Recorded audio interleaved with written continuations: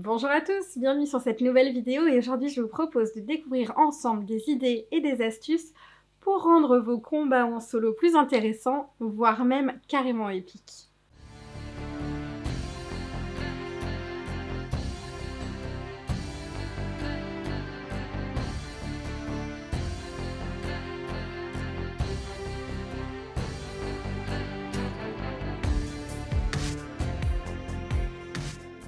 Vous le savez maintenant, je joue majoritairement à Donjons & Dragons et l'expérience que je cherche à vous partager ici est basée dessus. Néanmoins, je suis sûre que la grande majorité de ces propositions peuvent être parfaitement utilisées dans tous vos solos, qu'ils soient tactiques ou qu'ils soient très narratifs. L'objectif de cette vidéo est de vous aider à sortir de certaines habitudes ancrées, habitudes qu'on a souvent acquises en jouant à une table, là où le MJ s'occupe de donner du dynamisme à chaque rencontre. Quand on joue seul, il arrive souvent que l'on ne gère qu'un personnage, ce qui a tendance à créer une boucle de « je tape le monstre, il me tape, je tape le monstre, il me tape ». Et on a vite l'impression de tourner en rond, on aurait presque envie d'appuyer sur un bouton « combat automatique » pour passer immédiatement à la suite de l'aventure. Mais il est en fait très simple de changer complètement ce ressenti pour arriver sur quelque chose de bien plus épique, qui vous fera un peu suer devant vos tuiles et qui vous implique beaucoup plus dans l'affrontement. On va commencer en parlant des précisions que vous pouvez apporter à votre récit. Quand vous jouez à des jeux où les combats sont tactiques, comme Donjons & Dragons, vous allez souvent utiliser du matériel comme un VTT, une battle map, des figurines ou même une maquette si vous faites partie des joueurs les plus motivés. C'est assez fréquent du coup, étant donné la longueur de certains combats, que vous posiez complètement votre plume pendant l'affrontement. Vous allez vous focaliser uniquement sur les attaques et délaisser un peu le côté narratif, et c'est ici que je vous apporterai mon premier conseil. Continuez à écrire. Beaucoup d'aspects de votre combat méritent d'être racontés, que ce soit par vos actions, mais aussi le ressenti de votre personnage. Vous avez le temps, en jouant seul, de vous pencher sur les émotions que peuvent impliquer la rencontre, qu'elle soit la peur ou la haine, et vous verrez qu'il y a beaucoup de chances que cela change la façon dont votre héros réagira. En ressentant les choses à travers ses yeux, votre roleplay en sera grandement amélioré et vous permettra de vous impliquer encore plus dans ce moment. Mais ce n'est pas la seule chose qui est intéressante à narrer. Les déplacements sont aussi une grande source d'inspiration. Là où vous ne diriez à votre MJ qu'un « je vais au corps à corps », en solo, ce choix peut revêtir une importance tout autre. La bête est ignoble, mais je sais que si je n'arrive pas à m'approcher assez près de ses jambes pour les trancher, je n'ai aucune chance de m'en sortir. Je dois prendre mon courage à deux mains et tenir assez fort mon épée pour arrêter de trembler. Vous le voyez dans cet exemple, ce simple choix tactique n'est pas vécu de la même façon par tous les PJ. Il est vraiment super intéressant de prendre le temps de comprendre ce qui se passe dans sa tête. Mais parlons un peu des coups et des sorts en eux-mêmes. Bien sûr, vous pourriez dire simplement que vous tapez avec votre épée, que ça touche, que vous faites des dégâts. Mais profitez un peu du fait que vous soyez à la fois joueur et MJ. Vous connaissez le monstre que vous affrontez, alors bien sûr, ce n'est pas le cas de votre PJ qui n'aura pas accès à ses faiblesses par exemple. Mais vous représentez très bien ce qui vous attaque. Profitez de ce savoir pour raconter avec détail l'échange qui a lieu. Vous pouvez par exemple dire quelque chose comme « L'épée levée, j'essaye d'utiliser toute ma force pour couper les tendons des genoux de mon adversaire. Effrayée, je me rends compte que ma force n'était pas assez puissante pour couper si profondément, mais je vois un filet de sang verdâtre couler le long de son mollet poilu. La bête me regarde avec des yeux rouges de rage et se prépare à riposter. » En essayant toujours d'adopter des précisions sur vos mouvements et vos réflexions, votre combat commence déjà à ne plus ressembler au précédent. En parlant des coups portés, j'ai une petite astuce pour vous. Quand votre adversaire attaque, vous pouvez utiliser une table aléatoire ou un dé comme celui-ci pour découvrir aléatoirement où votre blessure se trouve. À vous après de l'expliquer par votre récit pour arriver à quelque chose de cohérent. Alors bien sûr, dans ces exemples, je n'ai parlé que des armes, mais je vous conseille bien sûr de faire la même chose pour vos sorts. Expliquez ce que ressent votre PJ quand il puise dans ses ressources, à quoi ressemble la magie qui se libère et la façon dont le monstre réagit. Une des particularités du solo est que votre temps est infini. Vous pouvez bien sûr ne vous autoriser que 6 secondes par tour si c'est ce qui vous procure le plus de joie, mais généralement, c'est pas ce qui est le plus intéressant quand on n'est pas en équipe. La plupart des jeux étant faits pour être joués à plusieurs, même lorsque vous rééquilibrez les rencontres, il arrive fréquemment que le fait que l'ennemi frappe un coup sur deux puisse être difficile à encaisser. C'est le moment pour vous d'utiliser ce précieux temps pour faire une pause et élaborer une stratégie. Soyez rusés, innovez, testez. Prenez vraiment autant de temps que vous le souhaitez pour mettre toutes les chances de votre côté. Cette façon de faire est super gratifiante parce qu'elle ajoute un petit côté puzzle game à votre combat et a tendance à vous forcer à utiliser votre environnement pour retourner la situation à votre avantage. La dernière chose que je voudrais mettre en avant, c'est que vous jouez seul. Alors vous avez le droit de prendre des libertés.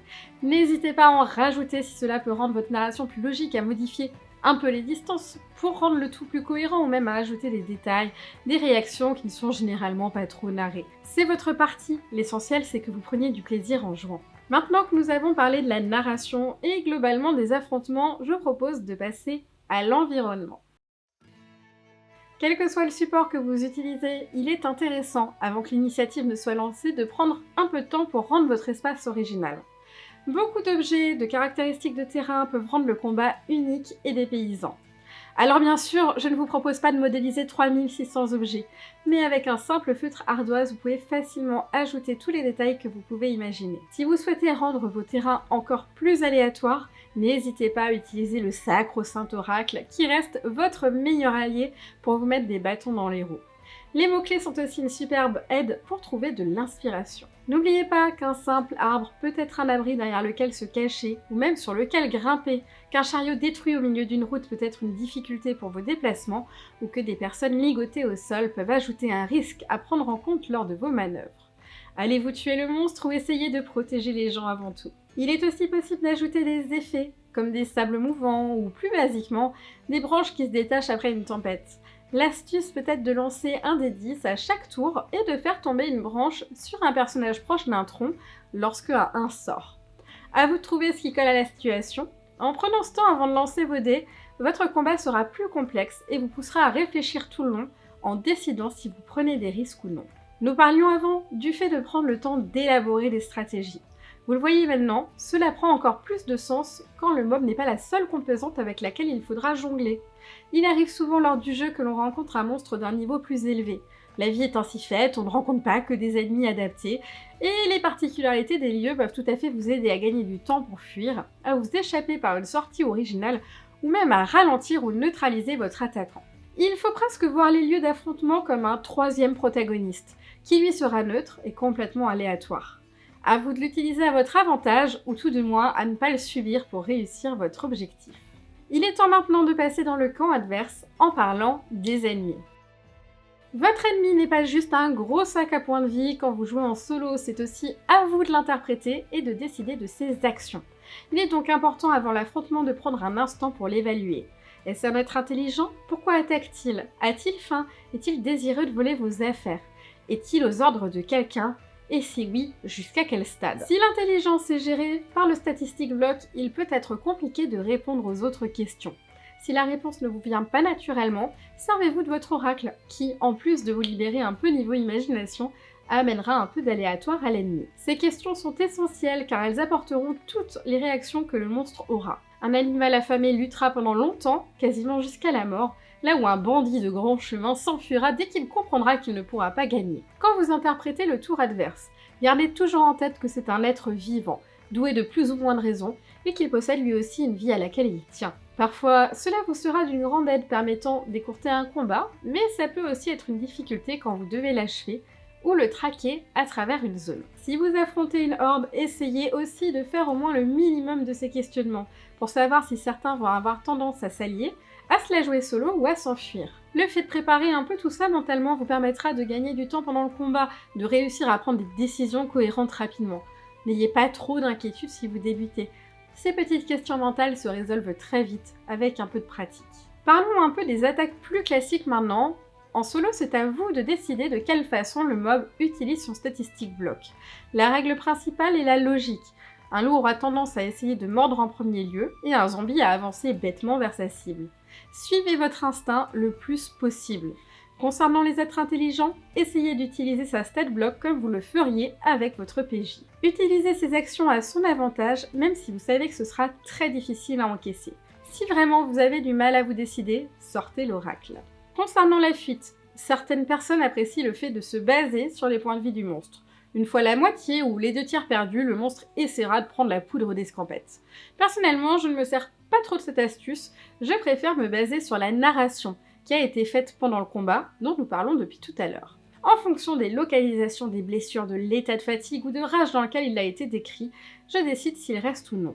Il m'arrive parfois de faire fuir un animal dès qu'il a reçu un coup un peu important parce qu'il a peur, alors qu'un animal en très mauvais état, aveuglé par la rage, se battra jusqu'au bout. Adaptez toujours votre ennemi à votre situation. Toutes ces astuces combinées sont bien sûr à adapter selon vos préférences en matière de jeux solo. Il n'existe pas de solution parfaite parce qu'il y a autant de variations que de joueurs. N'hésitez pas à prendre le temps de tester plusieurs façons de faire pour trouver celle qui vous correspond et avec laquelle vous êtes le plus à l'aise. Bien sûr, je vous parle d'écriture dans la vidéo pour la narration, mais vous pouvez aussi le faire dans votre tête en enregistrant votre voix ou avec la méthode que vous préférez. J'espère que j'ai pu vous aider à rendre vos combats plus uniques, plus variés et plus marquants. Si vous êtes encore là, dites-le moi en laissant un petit ours en commentaire. Dites-moi aussi si vous avez d'autres astuces pour vos combats solo, je serai très heureuse de les connaître. Que vous débutiez en solo ou même en JDR ou que vous cherchiez un lieu pour papoter et échanger, notre communauté Discord est toujours ouverte. Vous trouverez le lien en description. Pensez à jeter un œil à ma boutique pour découvrir mon matériel solo et soutenir la chaîne. On se voit la semaine prochaine, passez de bons moments de jeu de rôle en attendant.